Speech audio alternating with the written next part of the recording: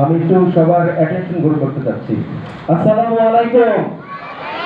বলো না, আর একটু জোরে বলতে হবে। আমি যখন আমার স্কুলে সালাম দেই আমাদের অ্যাসেম্বলির সময়, তখন আমার বাচ্চারা এত জোরে সালামের উত্তর দেয় যে ওই এলাকা কেঁপে ওঠে। আমি আপনাকে অনুরোধ জানাবো, আমার সম্মানিত অভিভাবক এবং এখানে যারা আমন্ত্রিত অভিভাবক আছেন এবং আমার ছোট্ট সোনামণি বাবুরা, তোমরা জোরে সালাম দেবা। এখানে আমন্ত্রিত অতিথিরা যারা আছে, তোমাদের বাবা মারা আছে, অন্য আঙ্কেল আন্টিরা যারা আছে, তারা সবাই শুনতে পারে। আসসালামু আলাইকুম রহমতুল্লাহ। ওকে, থ্যাংক ইউ। আজকে সবার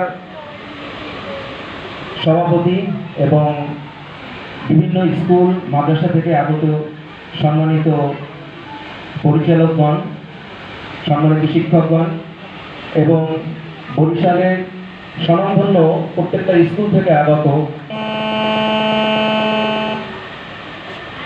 বরিশালের স্বনামধন্য প্রত্যেকটা স্কুল থেকে আগত যত ক্ষুদে শিক্ষার্থীরা আছে, তোমাদের প্রাণ ঢালা অভিনন্দন জানাচ্ছি আজকে এই কেপিআর আর্ট এক্সিবিশনে আসার জন্য। একটা শিশু যখন ছবি আঁকে তখন তার মনের গণ্ডি এতটা বড় হয়ে যায়, তখন সে মনের মাধুরী মিশিয়ে তার কল্পনার জগৎটাকে সে তার রং তুলির মাধ্যমে তার ক্যানভাসে তুলে ধরে। আমাদের স্কুল, কলেজ, শিক্ষালয়, মাদ্রাসায় কেন এই আর্ট এক্সিবিশনের আমরা ব্যবস্থা করি? এইখান থেকেই শুরু হয় একজন আর্কিটেক্টের স্বপ্ন, এইখান থেকেই শুরু হয় একটা মুক্ত চিন্তা ভাবনার স্বপ্ন, এইখান থেকেই শুরু হয় আমাকে কত বড়ভাবে আমি চিন্তা করতে পারি, কত বড়ভাবে আমি আবিষ্কার করতে পারি। আমাদের স্কুলে যখন আমরা ইয়ারলি 2টা আর্ট কম্পিটিশনে আমরা ব্যবস্থা করি, তখন এই ছোট ছোট বাচ্চাদের যে আর্টের আমি ক্যানভাসগুলো দেখি, আমি অনেক সময় ঠান্ডা হয়ে যাই। আমাদের ছোট সময় আমরা এত সুন্দর ছবি আঁকতে পারতাম না। আমরা সবাই এই বাচ্চাদের জন্য একটা জোরে করতালি দেই। তারা এত সুন্দরভাবে চিন্তা করতে পারে, আঁকতে পারে, এটা আমাদের ভাবনারও অনেক উপরে। তো আমরা যখন এই বাচ্চাদের এত সুন্দর চিন্তা ভাবনাগুলো আমরা দেখি, তাদের সুস্থ মানসিকতা, সুস্থ ব্রেন দিয়ে আসে, তখন আমাদের উচিত কিনা তাদের এই ব্রেনটাকে সুস্থ মানসিকভাবে গড়ে তোলা। এদের এই জন্য আমাদের সামাজিক কিছু দায়বদ্ধতা আছে, পারিবারিক কিছু দায়বদ্ধতা আছে। আমরা যারা স্কুল প্রতিষ্ঠা করেছি তাদের পরিচালক, শিক্ষক এবং স্কুল ম্যানেজমেন্টের সাথে যারা জড়িত আছে তাদের কিছু দায়বদ্ধতা আছে। আমি যদি অনুমতি পাই, আমি এখানে কিছু বলতে চাই। আপনাদের যারা এখানে আয়োজন করেছেন তাদের অনুমতি চাচ্ছি। আমি আমাদের স্কুল আমি বলতে পারি? জি, থ্যাংক ইউ। আমরা যখন প্রাইমারি লেভেলে কোনো স্কুল পড়ি, এই বাচ্চাগুলো হলো কাদামাটি।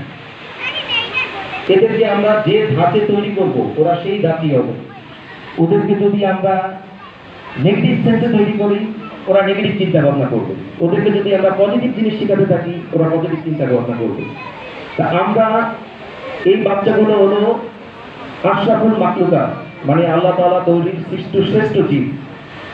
দেখেন, আপনি যখন কোনো ব্র্যান্ডের একটা গাড়ি কিনবেন, তখন সেখানে তার ম্যানুয়াল থাকে, যে আপনি যদি ধরেন মার্সিডিজ গাড়ি কিনলেন, আপনাকে একটা ম্যানুয়াল দিয়ে দেবে যে আপনি যদি এই ব্র্যান্ডের ইঞ্জিন অয়েল না কেনেন, এই ব্র্যান্ডের অকটেন না কেনেন, এই ব্র্যান্ডের যদি অ্যাক্সেসরিজ না কেনেন, আপনাকে তারা ওয়ারেন্টি দিবে না। সেই রকম আল্লাহ তাআলা আমাদের যে এই সৃষ্ট একটা গিফট দিয়েছে, তাদের ব্রেন সুস্থভাবে চর্চা করার জন্য আমাদের কিছু নিয়ম মানতে হবে।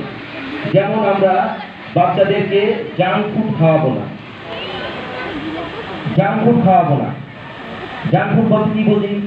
আমরা চিপস, জুস, সফট ড্রিঙ্কস, যেগুলো বাচ্চাদের ব্রেন ডেভেলপমেন্ট করে না, বাচ্চাদেরকে ব্রেন পুরো নষ্ট করে দেয়, আমরা বাচ্চাদেরকে সেই দিক থেকে রক্ষা করব।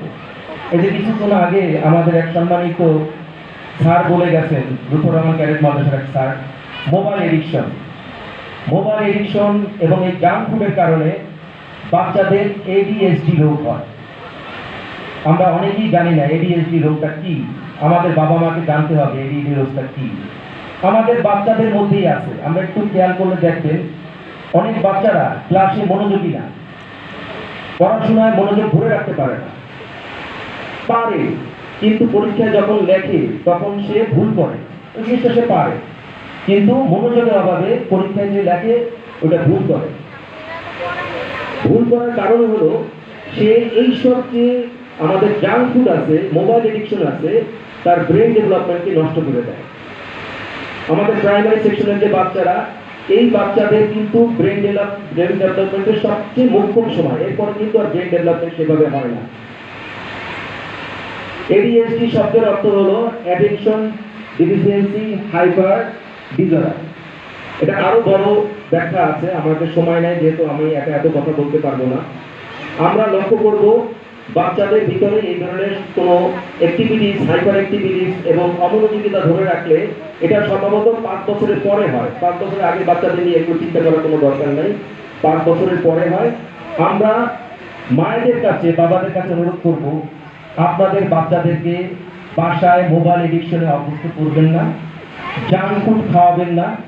জাঙ্ক ফুড শরীরের প্রচন্ড ধরনের ক্ষতি করে, ব্রেনের সমস্যা করে, এবং আপনার বাচ্চাকে মানে তাড়াতাড়ি ঘুমানোর চেষ্টা করবেন যেন সে আর্লি উঠতে পারে।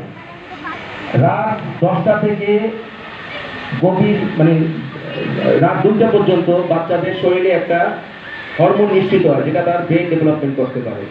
ভিটামিন ডি ডেফিসিয়েন্সি থাকে বাচ্চাদের শরীরে। আপনি যদি আপনার বাচ্চার শরীরে ভিটামিন ডি ডেফিসিয়েন্সি থাকে, কোনো ভিটামিন আপনার বাচ্চার শরীরে কাজ করবে না। তাই আমরা শুধু পড়াশোনা করালেই হবে না, বাচ্চাকে আমাদের সুস্থ মস্তিষ্ক আগে দিতে হবে, তারপর সেই ব্রেনে আপনার পজিটিভ চিন্তা ভাবনা তাকে ঢুকাতে হবে, এবং আমাদের সবাইকে সম্মান করতে শিখাতে হবে। ধন্যবাদ সবাইকে। সবাইকে এই অনুষ্ঠানে আগমনের জন্য শুভেচ্ছা। আসসালামু আলাইকুম। অসংখ্য ধন্যবাদ সম্মানিত স্যারকে। আমরা